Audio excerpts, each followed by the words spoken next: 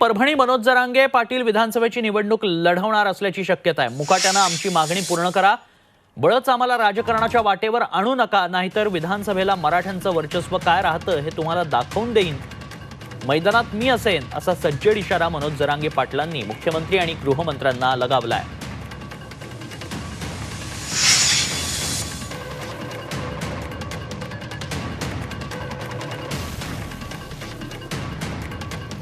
परभणीत मनोज जरांगेंचा सरकारला थेट इशारा आहे। मुकाट्यानं आमची मागणी पूर्ण करा, नाहीतर मैदानात मी असेन, असंही मनोज जरांगे म्हणतात।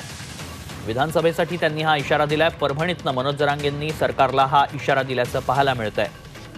मनोज जरांगे पाटील विधानसभेची निवडणूक लढवणार का, असा सवाल उपस्थित होतोय। मुकाट्यानं आमची मागणी पूर्ण करा, आम्हाला राजकारणाच्या वाटेवर आणू नका, असा इशारा सरकारला मनोज जरांगेंनी दिलाय।